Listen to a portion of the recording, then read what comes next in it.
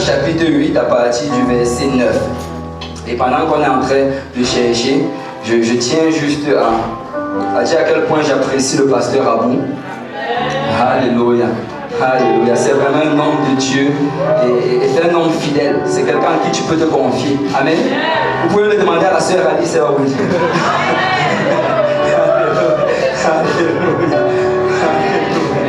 Alléluia. Et vraiment, c'est bon. Il a juste dit quelque chose là-bas. Je ne sais pas comment. Il a dit quelque chose tout à l'heure en m'introduisant. Je ne sais pas comment je devrais le prendre. Parce qu'il a dit que quand il m'a vu, il était choqué. Ça veut dire que j'étais si mauvais que ça. J'étais un bon pécheur. Alléluia, merci Seigneur. Mais le Seigneur était bon envers moi. Amen. Il était bon et ma vie avec le Seigneur est 1000 fois meilleure que celle qui était avant. Il n'y a rien de comparable. Il n'y a rien en Égypte pour moi. Il n'y a rien en Égypte pour toi. Amen. Amen. Et vraiment, je vous exhorte à continuer à prier pour le pasteur Abou et pour la sœur Alice. Parce que l'œuvre à laquelle le Seigneur les a appelés, ça prend vraiment la prière des sœurs. Amen. Ils ont besoin qu'on les garde continuellement dans nos prières. Parce que c'est sûr que l'ennemi va toujours vouloir essayer de frapper le berger. Mais nous savons que nous aurons la victoire. Amen. Amen. Alléluia. On va aller directement dans le livre de Romains chapitre 8. Romains chapitre 8. On va lire à partir du verset 9. Alléluia. Romains 8, 9. Est-ce que vous y êtes? Amen. Ok. La Bible dit, pour vous, vous ne vivez pas selon la chair, mais selon l'esprit. Si du moins l'esprit de Dieu habite en vous. Si quelqu'un n'a pas l'esprit de Christ, il ne lui appartient pas. Et si l'esprit est en vous, le corps, il est vrai, est mort à cause du péché, mais l'esprit est vie à cause de la justice. Et si l'esprit de celui qui a ressuscité Jésus d'entre les morts habite en vous, celui qui a ressuscité Christ d'entre les morts rendra aussi la vie à vos corps mortels par son esprit qui habite en vous. Alléluia. Avec l'aide du Seigneur, je vais prêcher sur ce message. L'œuvre de l'esprit. L'œuvre de l'esprit. Amen. Alléluia. Si le pasteur peut prier pour vous. Seigneur, tous ensemble, éternel Dieu de gloire, nous te rendons grâce ce soir. Nous te bénissons pour ton Saint-Esprit que nous ressentons fortement, Seigneur. Alors que nous venons pour le temps de la parole, je te prie de moindre spécialement, Seigneur, ton serviteur, afin qu'il annonce sans crainte ni faveur. Je prie aussi, Papa, que tu disposes nos cœurs à recevoir ta parole, Papa, que cette parole tombe dans le cœur fertile, Seigneur, qu'elle germe, qu'elle produise des fruits, que ces fruits nous conduisent à la vie éternelle. Et c'est dans le nom de Jésus que nous avons prié, que tout le monde dise au nom de Jésus. Au nom de Jésus. Au nom de Jésus. Vous pouvez battre tout le moment pour le Seigneur avant de vous asseoir dans sa présence. Alléluia, alléluia, alléluia. Merci Seigneur. Vous pouvez vous asseoir dans la présence du Seigneur. Alléluia. Merci Seigneur. On va aller dans le livre d'Ézéchiel. Ézéchiel chapitre 37. C'est un passage qui est très familier à la plupart d'entre nous. Et vraiment, je suis content d'être de retour à la maison. Alléluia. Et vraiment content de revoir chacun d'entre vous. Je suis content de voir que vous n'avez pas rétrogradé. Parce que le fait que je ne vous vois pas, ça ne veut pas dire que vous n'avez pas. Alléluia. Gloire au Seigneur. Ézéchiel 37, la Bible dit, la main de l'Éternel fut sur moi, et l'Éternel me transporta en esprit et me déposa dans le milieu d'une vallée remplie d'ossements. Et la Bible dit, il me fit passer auprès d'eux, tout autour. Et voici, ils étaient fort nombreux à la surface de la vallée. Ils étaient complètement secs. Ézéchiel se trouve dans cette situation où, si tu étudies un peu l'histoire, il était dans une période où Israël n'allait pas bien. En fait, Jérusalem était en train d'être amenée à captivité. Et dans une situation pareille, il regarde tout autour de lui, c'était le chaos total. Il y avait l'ennemi qui était à leur porte. Il y avait des gens qui se faisaient massacrer, des gens qui se faisaient tuer. Il y avait des gens qui se faisaient enlever pour être amenés dans des pays étrangers. Et c'était le chaos total. Et tu sais, le Seigneur l'a pris et l'a amené dans l'esprit. Et dans l'esprit encore, quand il arrive là-bas, c'est encore le chaos total. Regardez ceci. Le spirituel va toujours être en fait selon ce qui est en train de se passer sur la terre. Parce que la terre, en fait, c'est le reflet du spirituel. Ce que tu vois se produire sur cette terre, c'est ça qui se produit dans le spirituel. Si tu vois toutes ces choses dont on parle dans les nouvelles, et comment ce monde va complètement à l'encontre de la parole de Dieu. Des choses qu'on n'aurait même pas pu imaginer qui seraient légales, sont légales aujourd'hui. Des choses dont on n'aurait même pas prononcé. Aujourd'hui, quelqu'un va te le dire avec assurance que oui, je le suis et je suis fier de l'être. Il te dit plutôt que c'est toi qui dois avoir honte d'être ce que tu es. Et tu n'as pas le droit de te moquer de nous. Et c'est vraiment dans le monde dans lequel on se trouve présentement. Et si tu regardes cela, tu commences à analyser, tu vois que ça va de mal en pire. Les choses ne sont pas en train de s'améliorer. Les choses s'aggravent. On légalise l'homosexualité. Et vous savez, on est en train de repousser même les limites de l'âge légal pour se marier. Il y a dans certains pays où tu peux te marier même déjà à l'âge de 12 ans. Et même ici, on est en train de le consentement sexuel. On essaie de nous ramener encore plus bas et encore plus bas. Les choses vont de mal en pire. Mais vous savez, je ne suis pas venu ici là vous annoncer que les choses vont mal, parce que je sais que vous savez que les choses vont mal. Amen. Ce n'est pas une nouvelle que je suis en train de vous dire. Mais ce que je suis venu vous dire ici, c'est que le Seigneur sait cela, mais il a un plan pour cela. Vous savez, le Seigneur n'est pas pris par surprise par les choses. Quand les choses arrivent dans nos vies, le Seigneur n'est pas surpris. Ah, comment ça t'arrive aujourd'hui? Il le savait depuis longtemps. Mais dans son plan, il avait prévu quelque chose pour cela. Et regardez ceci. Ce qu'il fait dans Ézéchiel 37, à partir du verset 1, c'est qu'il prend Ézéchiel, il l'amène dans l'esprit. Il dit, Ézéchiel, je vais te faire regarder dans le spirituel. Ézéchiel, je vais te faire regarder des choses peut-être que tu avais du mal à voir quand tu étais dans la chair. Je vais te faire voir ce qui se passe réellement dans le spirituel. Et quand il l'amène dans le spirituel, il montre encore que dans le spirituel, ça va mal. Et il l'amène dans une vallée remplie d'ossements. Et là, on dit qu'il le fait passer auprès de, c'est-à-dire il rapproche Ézéchiel encore de cette situation-là. Il dit, regarde bien, c'est bel et bien ce que tu es en train de voir. Ce sont des ossements. Et là, par la suite, Ézéchiel fait le tour de ces ossements. Ézéchiel va à gauche, il va à droite, il tourne autour de cela. Et il constate d'ailleurs que de 1, ces ossements sont très nombreux. Ça, c'est la quantité. La quantité des problèmes est large. Et de 2, ces ossements sont complètement secs. Ça, c'est la qualité du problème. Tu sais, le Seigneur montre à Ézéchiel comment ça va mal, à quel point ça va mal, comment large est le problème, comment intense est le problème. Et là, après avoir fait cela, il lui dit au verset 3, il me dit, fils de l'homme, ces eaux pourront-ils revivre? Tu vois, là, il pose maintenant la question à Ézéchiel, est-ce que les eaux vont vivre? Est-ce que tu crois que ces eaux vont vivre? Regardez ceci, le Seigneur va toujours fonctionner de la même manière. Il va toujours permettre que nous arrivons dans une certaine situation. Il va permettre qu'on ait l'impression qu'on est submergé par cette situation. Il va permettre que tu puisses regarder les contours de la situation, voir comment c'est large, voir comment c'est intense, voir comment c'est impossible. Et là, il va te poser la question, est-ce que tu crois que ça va arriver? Est-ce que tu crois que ça va arriver? Vous savez, si le Seigneur le fait, c'est parce qu'il veut que quand la chose arrive, il n'y a aucun doute que ça vient de Dieu. Quand la chose arrive, il n'y a aucun doute que c'est l'Éternel qui l'a fait. Quelqu'un ne pourra pas dire, oh, c'est pas ma propre force que je l'ai fait. Oh, c'est parce que j'ai beaucoup jeûné que je l'ai fait. Oh, c'est parce que j'ai beaucoup travaillé que je l'ai fait. Quand ça va arriver, l'Éternel a été bon envers moi. L'Éternel a été miséricordieux. Dieu, l'Éternel a agi. Parce qu'à lui seul, on doit donner toute la gloire. Amen. Il mérite toute gloire. Et quand on arrive dans une situation pareille, le Seigneur veut qu'on constate la situation. Regarde, peut-être tu es ici aujourd'hui et que tu traverses des problèmes. Peut-être dans ta famille, tu es persécuté. Peut-être à ton lieu de travail, tu es persécuté. Peut-être des gens cherchent même à te tuer. Peut-être tu as des problèmes financiers. Tu as une maladie, le médecin a dit que c'est incurable, on ne peut rien faire pour toi. Mais laisse-moi te dire que le Seigneur n'a pas encore fini.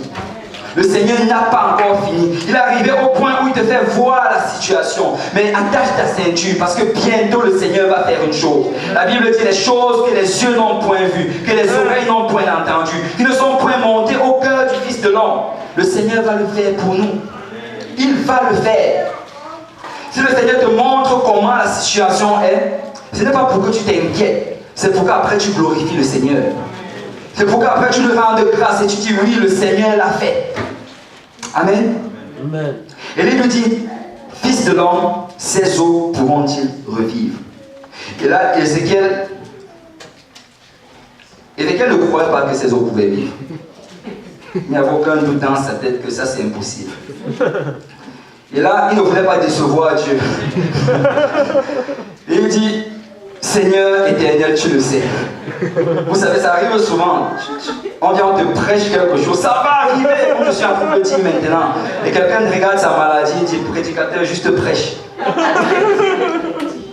Le Seigneur connaît nos cœurs. Seigneur, tu le sais. Mais regarde maintenant ce que le Seigneur fait. Il me dit, prophétise sur ces eaux. C'est la première chose que je voudrais vraiment qu'on saisisse ici. C'est que le Seigneur veut travailler avec nous. Il faut un homme pour que l'œuvre du Seigneur avance.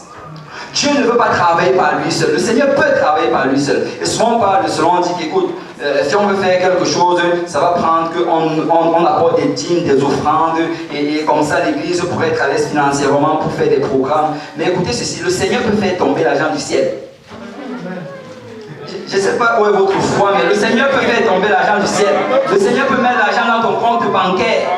Tu peux regarder et subitement tu vois de l'argent dans ton compte bancaire.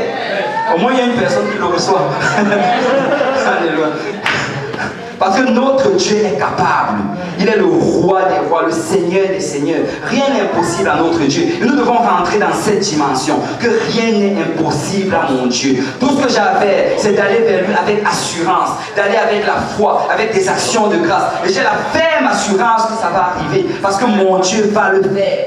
Écoute, ne laisse jamais le passé déterminer ton futur. Oh, j'ai prié hier, je n'ai pas été guéri. Oh, j'ai demandé hier, je n'ai pas été guéri. Aujourd'hui, c'est le jour du salut. Maintenant, c'est l'heure acceptable. Notre Dieu n'est pas un Dieu hier, c'est un Dieu d'aujourd'hui. Écoute, peu importe ce qui est arrivé hier, je vais recevoir ma bénédiction aujourd'hui. Peu importe ce qui est arrivé hier, je vais recevoir ma guérison aujourd'hui. Oh Seigneur, ils ont raconté qu'ils n'ont pas été guéris, c'est leur problème. Mais tu vas me guérir, Seigneur. Oh, ils ont dit que tu n'as pas pourvu à leurs besoins, c'est leur problème. Mais tu vas pourvoir à mes besoins. Parce que je connais mon Dieu. Je vais lui apporter un peu de louange. Je vais lui apporter un peu d'action de grâce. Et je sais qu'il va agir. Je sais qu'il va agir. Si on peut battre nos mains pour le Seigneur.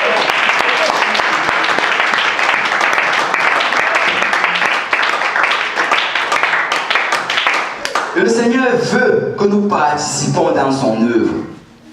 Écoute, si tu es ici aujourd'hui, tu n'es pas ici par hasard. Le Seigneur est en train de faire une grande œuvre ici à l'Est. Et il veut que tu participes à son œuvre. Il veut que tu, tout avec ton voisin, il veut que tu participes à son œuvre. Il peut le faire lui seul, mais il veut que son épouse participe. Amen. Vous savez, Dieu ce n'est pas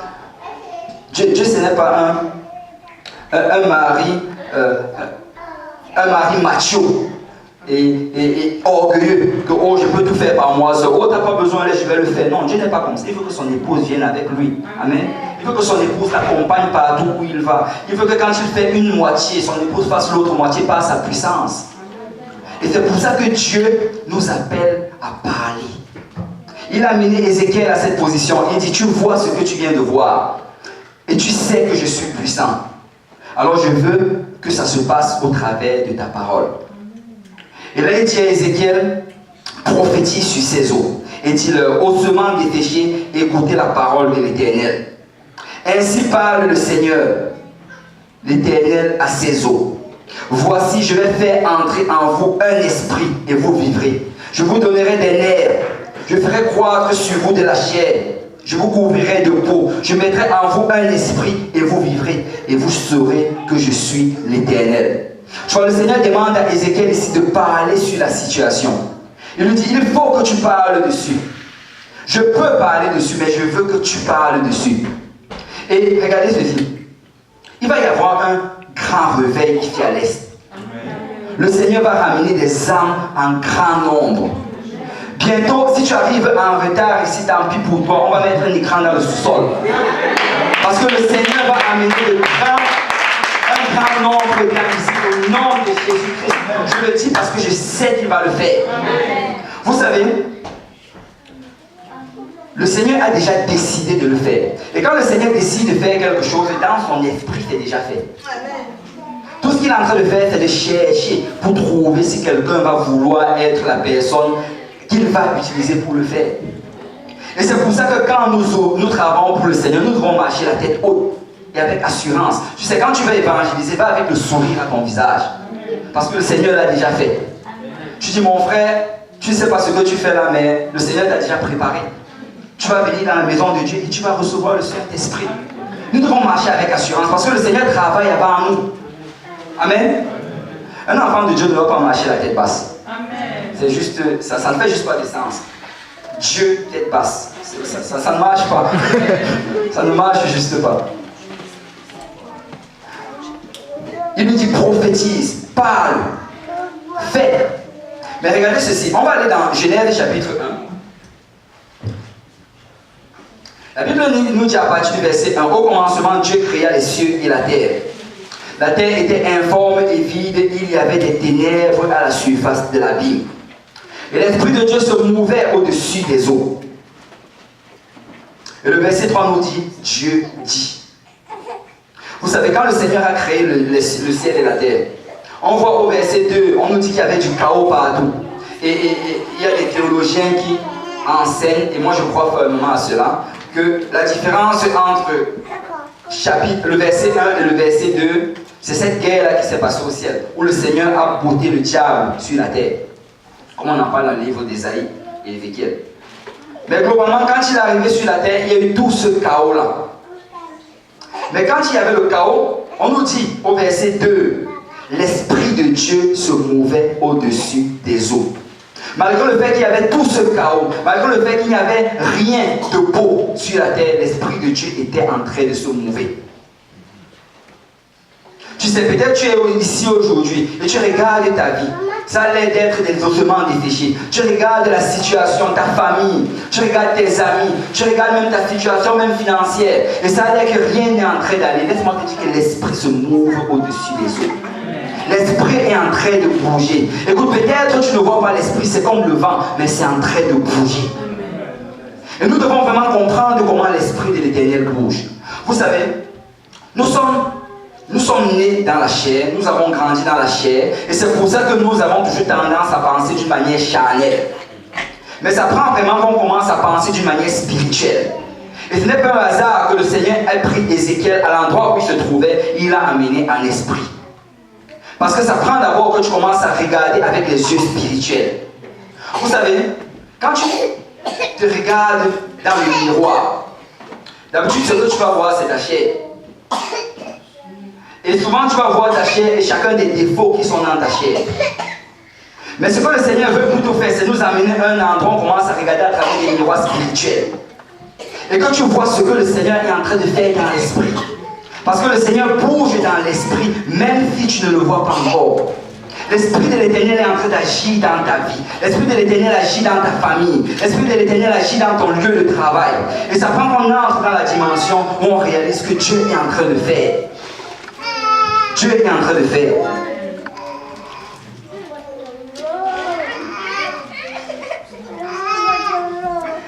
Et là, quand on voit dans le livre de Genèse, quand Dieu a commencé à parler, on a dit que Dieu dit que la lumière soit et la lumière fut. Et Dieu a parlé continuellement. Il a parlé sur la lumière, il a parlé sur les luminaires, il a parlé sur la terre, il a parlé sur les animaux, il a parlé sur les mers. Et chaque fois qu'il parlait, la chose était en train d'arriver. Vous savez ce que ça me dit quand je vois cela? C'est que l'œuvre de Dieu dans notre vie va être progressive. Le Seigneur aurait pu créer le ciel et la terre juste en un seul jour. Mais il a décidé de le faire en 6 jours. Parce que l'œuvre de Dieu dans nos vies est progressive. Et peut-être que tu n'es pas encore ce que tu penses que le Seigneur veut que tu sois. Mais laisse-moi te dire que l'Esprit de Dieu est en train de bouger. Regardez ceci. La première chose que Dieu va toujours faire dans notre vie, c'est d'abord nous montrer la situation dans laquelle on se trouve dans l'Esprit. Et quand tu regardes cette situation, tu vas prendre une décision par rapport à cela. Et la première décision que nous devons toujours prendre, c'est la repentance. Tu dois venir vers le Seigneur. Seigneur, pardonne-moi pour mes péchés. Et je voudrais commencer à marcher selon l'Esprit avec toi.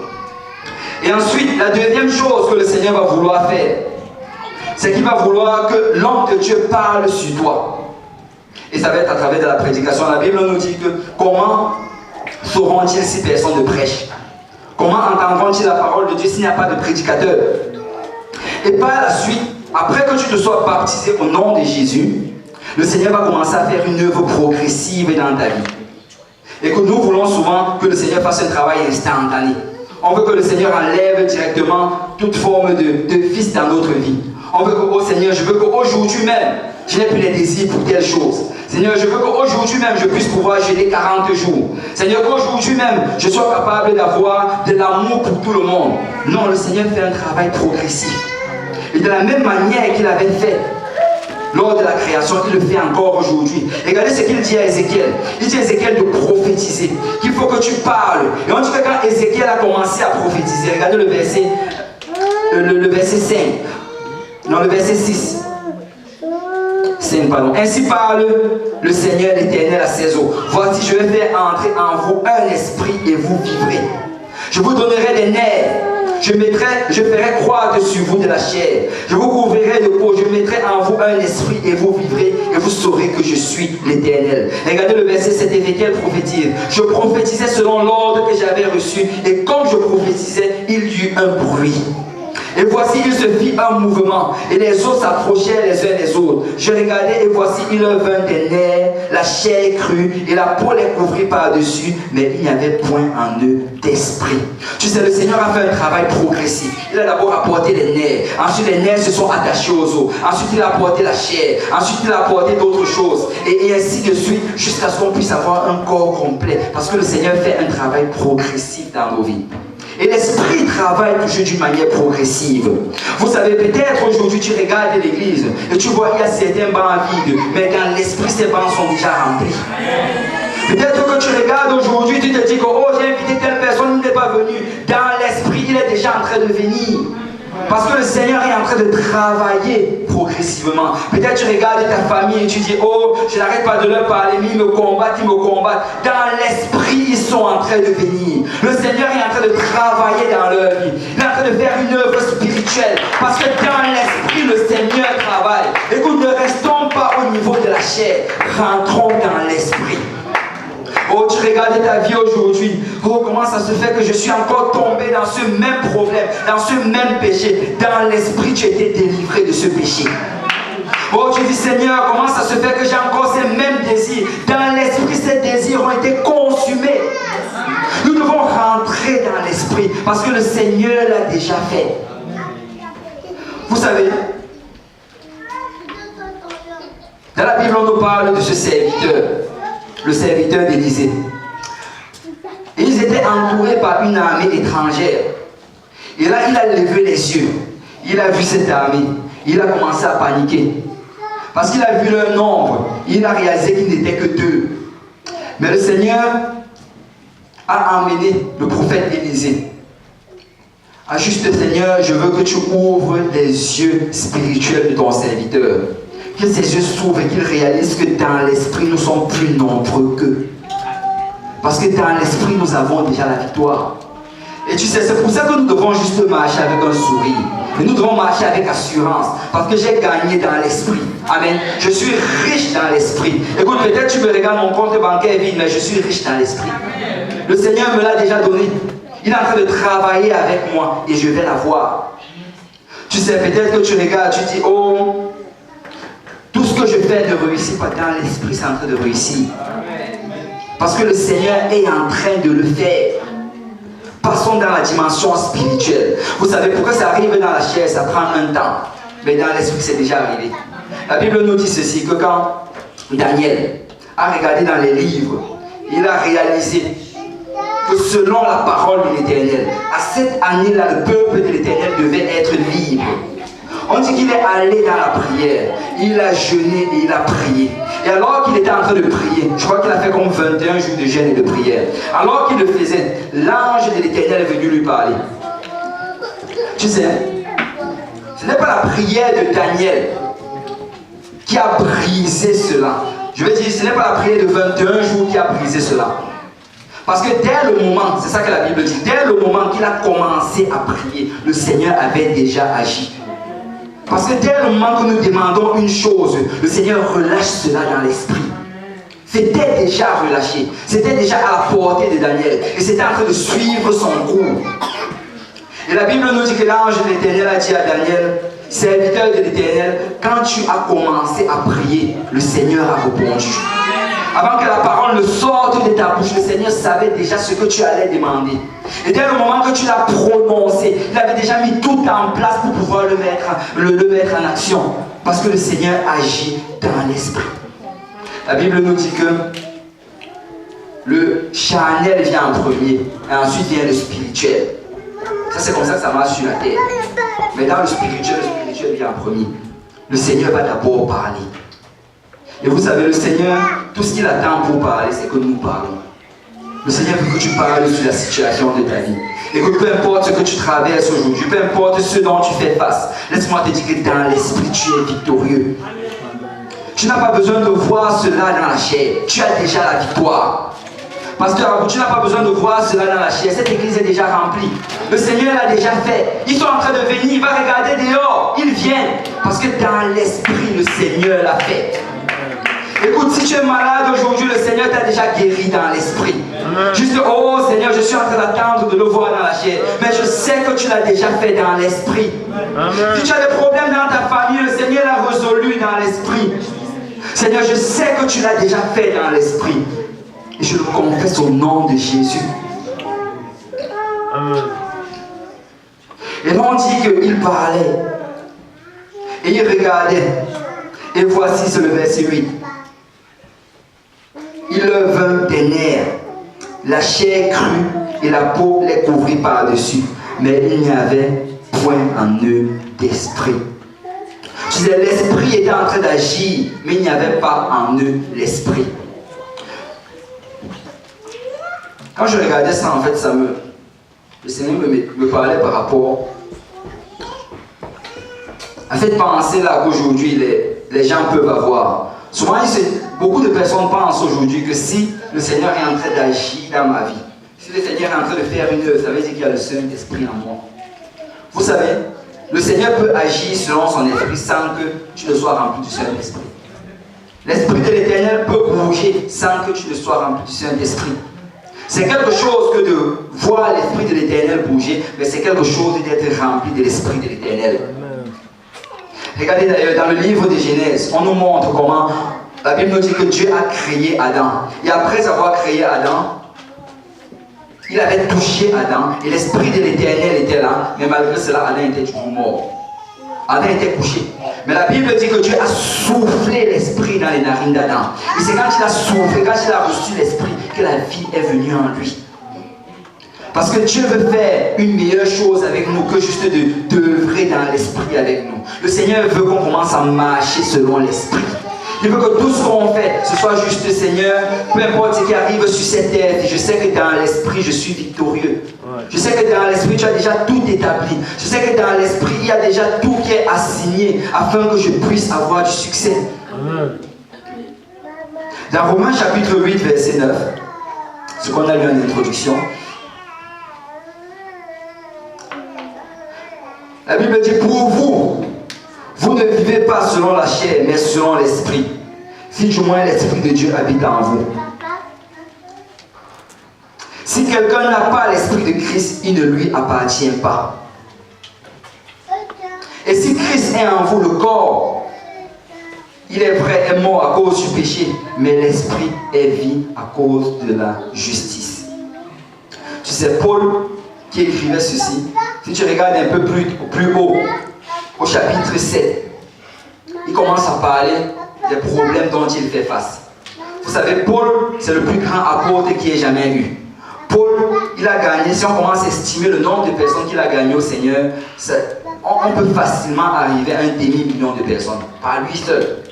Et ces personnes qu'il a influencées ont encore gagné des dizaines de millions de personnes. Mais à la fin du chapitre 7, il commence à parler de ses problèmes. Et ça, c'est un endroit, l'un des rares endroits où il s'ouvre complètement. Et si tu prenais ce passage-ci et que tu le lisais sans savoir que c'était Paul, tu allais croire que ça c'est un apostate. Ça c'est quelqu'un rétrograde qui a quitté la maison du Seigneur. Parce que les choses qu'il dit là-dedans, il dit, je vais faire, on va aller rapidement dans Romains 7.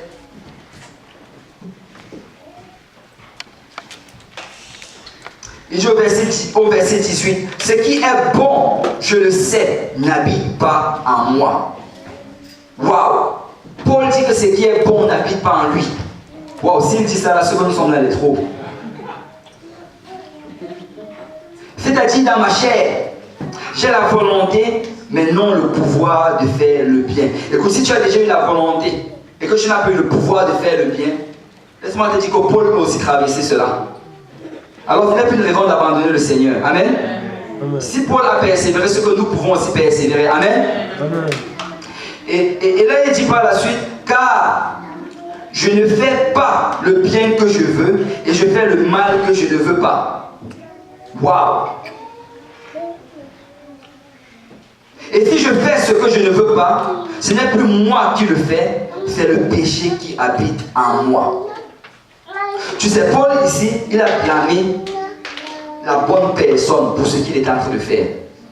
Regarde, souvent, quand on commet un péché, quand on commet une faute ou une transgression, on va rester se lamenter dessus. On va pleurer pendant des jours et des jours et des jours. Et on va se battre la fois si je suis mauvais, je suis pourri, je ne vais nulle part. Et à cause de ça, souvent, on ne va même pas venir dans la maison du Seigneur. Tu sais, tu dois commencer à blâmer la chair pour ce que la chair est en train de faire.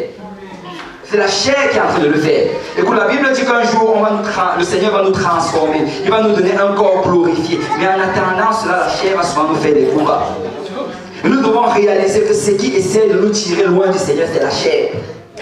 Que peut-être que je l'ai fait, mais c'est la chair. Souvent, tu dois juste voir ton frère ou ta soeur. Mon frère, je sais que j'ai fait cela, mais c'est la chair. Juste pardonne-moi.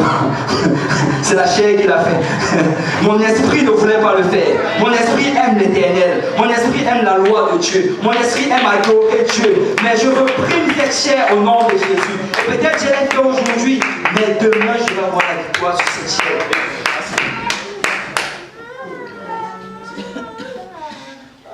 Il dit au verset 21, je trouve donc en moi cette loi. Quand je veux faire le bien, le mal est attaché à moi. Car je prends plaisir à la loi de Dieu, selon l'homme intérieur. Mais je vois dans mes membres cette autre loi qui lutte contre la loi de mon entendement et qui me rend captif de la loi du péché qui est dans mes membres. Tu vois, Paul dit, il veut faire ce que le Seigneur veut qu'il fasse. Il veut obéir à la parole de Dieu, mais il sent que sa chair est captive à certaines choses. Et ça l'amène encore à faire certaines choses. Et il dit qu'il réalise qu'il y a cette loi en lui. Il y a la loi de son entendement qui est liée par le péché. Et il y a aussi la loi de Dieu, la loi de l'Esprit de Dieu. Et là il s'écrit, il donne ce cri. Il dit, misérable que je suis, qui me délivrera du corps de cette mort? Misérable que je suis, qui va me détacher de cette chair? Tu sais, souvent ça arrive, tu regardes juste, Seigneur, si tu pouvais juste m'enlever cette chair. Je suis fatigué de cette chair. Si tu pouvais juste... Souvent j'ai juste envie de couper mon bras. Misérable que je suis. Mais grâce soit rendue à Dieu par Jésus-Christ notre Seigneur. Tu sais, peut-être que la loi de la chair est en train d'agir. Peut-être que ta chair t'attire dans certaines choses. Mais nous n'allons pas éteindre la loi de l'esprit. Nous n'allons pas permettre à la loi de l'esprit de s'éteindre ou bien de devenir plus fade. Mais nous allons continuer à travailler dans l'esprit, avancer dans l'esprit et faire la volonté du Seigneur. Mais vous savez, après avoir fait cela, il entre dans le chapitre 8. Et dans le chapitre 8, il commence d'abord par: il n'y a donc maintenant aucune condamnation pour ceux qui sont en Jésus-Christ. Tu vois, là maintenant, il dit ceci, que peut-être que je fais des choses, mais il n'y a pas de condamnation en moi. Parce que ma chair veut les faire, mais je sais que mon esprit veut faire le bien. Et tu sais, le Seigneur, quand il nous regarde, il ne regarde pas notre chair. Quand le Seigneur te regarde, il ne regarde pas ta chair. Vous savez, certaines fois, on a tendance à penser que le Seigneur nous regarde en comptant le nombre de péchés qu'il fait. Il ne compte pas. Si tu lui demandes le nombre, il ne va pas savoir. Il ne compte pas nos péchés. Quand le Seigneur nous regarde, il nous regarde dans l'esprit. Parce que notre Dieu travaille dans l'esprit. Peut-être quand tu tombes, tu sais, quand tu tombes, juste lève tes yeux vers la montagne et réalise que dans l'esprit, le Seigneur est en train de faire quelque chose au travers de cela. Si tu es tombé hier, ça ne veut pas dire que tu vas tomber demain. Amen. Vous savez, souvent, on veut transformer une défaite en une perte. On se dit, oh, comme j'ai perdu aujourd'hui, je vais perdre demain. Non, tu as perdu aujourd'hui, mais demain, tu vas gagner. Oh, tu as failli aujourd'hui, mais demain, tu vas avoir la victoire. Parce que nous marchons dans l'esprit. Et vous savez, dans l'esprit, on va de gloire en gloire, de victoire en victoire. Parce que quand le Seigneur nous regarde, il ne nous regarde absolument pas de la même manière qu'on se regarde. Il nous voit comment nous sommes déjà arrivés. Vous savez, la Bible, il y avait un prédicateur qui nous avait parlé là-dessus. Que quand Dieu nous regarde, en fait, il regarde déjà la fin. Il voit déjà où tu seras. Il connaît déjà ta place à la Nouvelle Jérusalem. Il connaît déjà ton adresse, le numéro de ta maison. Il a déjà prévu d'aller te visiter là-bas. Il sait déjà exactement où tu vas être. Parce que quand le Seigneur agit dans la vie de quelqu'un, il s'assure de compléter complètement l'œuvre qu'il a faite. Mais regardez ceci.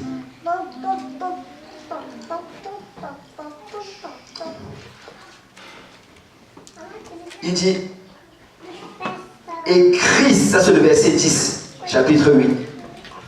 Et si Christ est en vous, le corps, il est vrai, est mort à cause du péché, mais l'esprit est vie à cause de la justice. Ça veut dire que le fait que nous ayons Jésus-Christ en nous, fait à ce que peut-être que notre corps est mort. Et vous savez, nous sommes en train de nous dégrader progressivement. J'avais lu ça quelque part. En fait, quand nous grandissons, notre cerveau se développe depuis l'enfance, notre cerveau se développe progressivement et nos habiletés deviennent de mieux en mieux et on accroît en force, en puissance, en intelligence. Mais dès qu'on arrive à l'âge de 25 ans environ, notre cerveau arrête de se développer. Et maintenant, tout commence à diminuer. Et nos habiletés physiques diminuent. Si avant tu étais un athlète, dès que tu arrives à 25 ans, tu commences à prendre du ventre. Parce que nous sommes vraiment faits de cette manière à ce qu'à un certain moment, on commence juste à descendre. Et vous savez quoi, de la même manière que c'est en train d'agir dans le physique, je veux dire dans ton corps physique, ça agit aussi dans le corps du Christ. Chacun d'entre nous, alors que nous sommes en train de maturer spirituellement, alors qu'on mature, alors qu'on grandit dans le Seigneur, on aura l'impression que les choses vont de mal en pire dans la chair. On aura l'impression que notre corps se dégrade. On aura l'impression que quand tu regardes à gauche et à droite, ça ne va pas bien. Mais il faut que tu réalises que dans l'esprit, nous sommes en train de grandir. Peut-être que l'homme charnel est en train de mourir, mais l'homme intérieur est en train de prendre vie. Nous sommes en train de devenir meilleurs qu'avant selon l'esprit. Et le Seigneur est en train de nous préparer pour ce grand jour quand il va revenir. Il dit ici, le corps, il est vrai, est mort à cause du péché, mais l'esprit est vie à cause de la justice. Regardez le verset 11. Et si l'esprit de celui qui a ressuscité Jésus d'entre les morts habite en vous, celui qui a ressuscité Christ d'entre les morts rendra aussi la vie à vous, corps mortels, par son esprit qui habite en vous. Certaines personnes utilisent ce passage et ils enseignent que ça parle du jour de l'enlèvement. Ça veut dire que le jour de l'enlèvement, alors que nous serions morts, on sera ensevelis.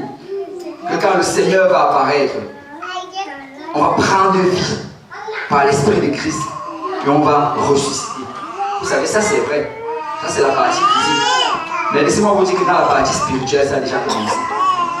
Le jour où tu as été baptisé au nom de Jésus, que tu as reçu le Saint-Esprit, le Seigneur a mis sa vie en toi.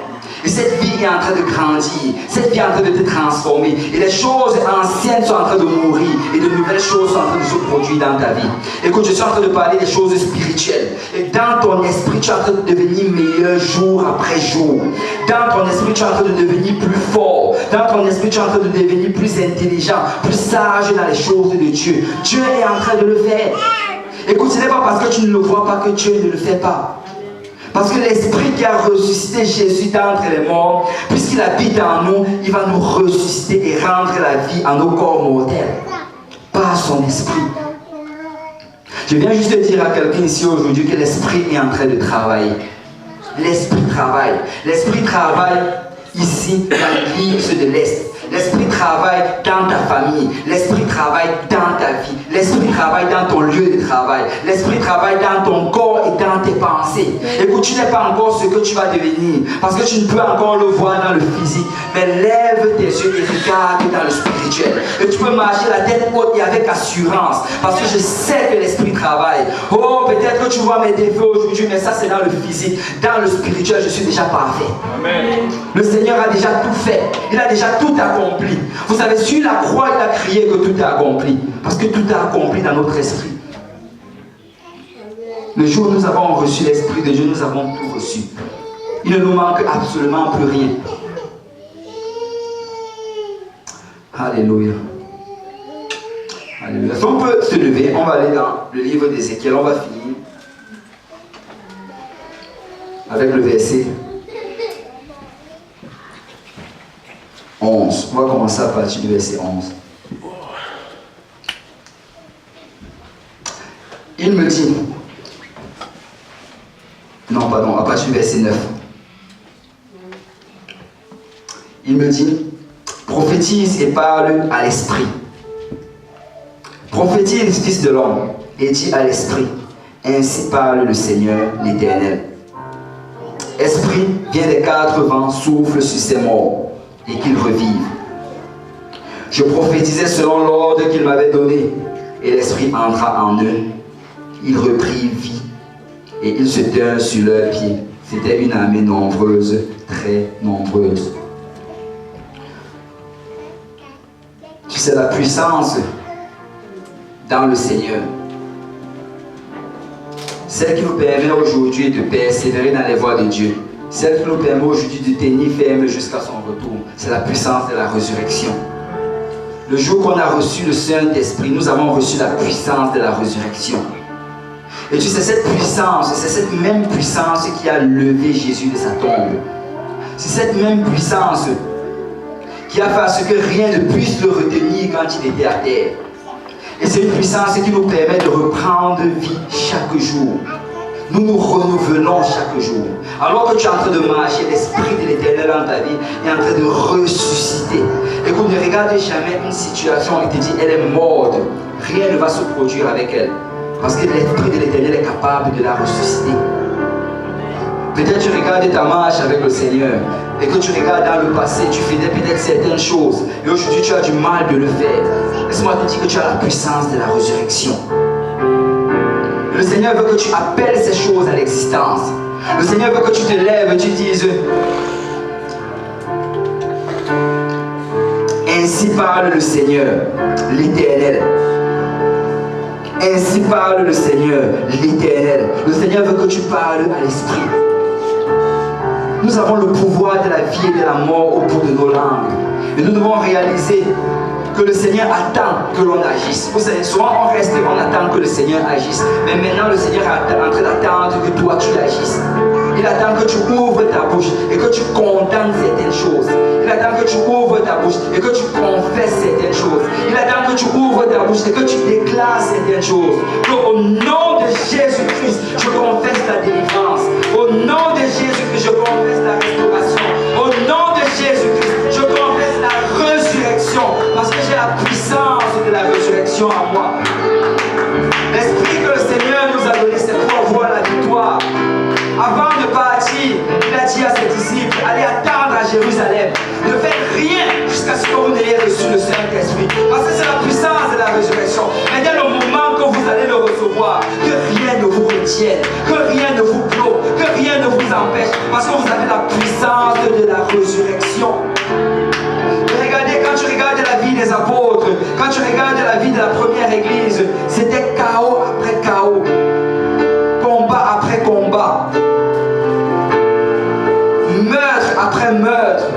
Mais laisse-moi te dire que l'esprit est en train d'avoir la victoire dans l'esprit. Parce que peut-être, et un prédicateur l'a dit, et je vais finir avec ceci. Néron, il a coupé la tête de Paul avec une épée. Mais vous savez quoi? Paul a coupé l'Empire romain avec la parole de Dieu. Et nous devons prononcer cette parole. Nous devons la confesser. Parce que quand nous parlons de la part de l'Éternel, rien ne peut l'empêcher d'arriver. Rien ne peut bloquer la parole de l'Éternel. Tu sais, quand la parole de l'Éternel sort, tu peux monter, tu peux descendre, mais ça va arriver. Parce que c'est la parole de l'Éternel. Alors confessons des choses dans nos vies. Déclarons des choses. Invoquons des choses. Et tu sais, ne regarde pas dans le naturel. Souvent, ferme juste tes yeux avant de parler. Parce que souvent, le naturel va vouloir te convaincre. Souvent, le naturel va vouloir te tromper. Mais tu sais que dans l'esprit, c'est en train d'arriver. Oh oui, ma famille est en train d'être délivrée dans l'esprit. Au nom de Jésus-Christ. Oui, mes collègues de travail viennent au Seigneur dans l'esprit. Au nom de Jésus. J'ai la victoire dans l'esprit.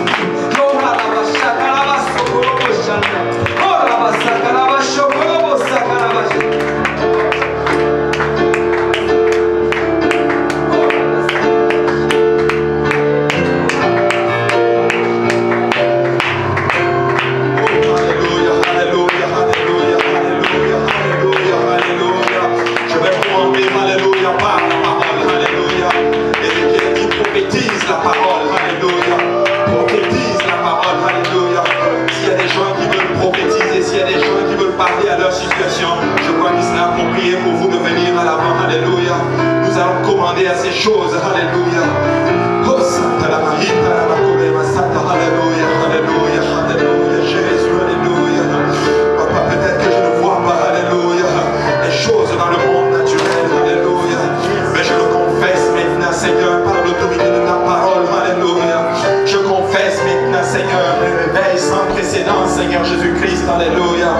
Je confesse maintenant par l'autorité de ta parole, alléluia, le salut de milliers d'âmes, Seigneur Jésus-Christ, alléluia.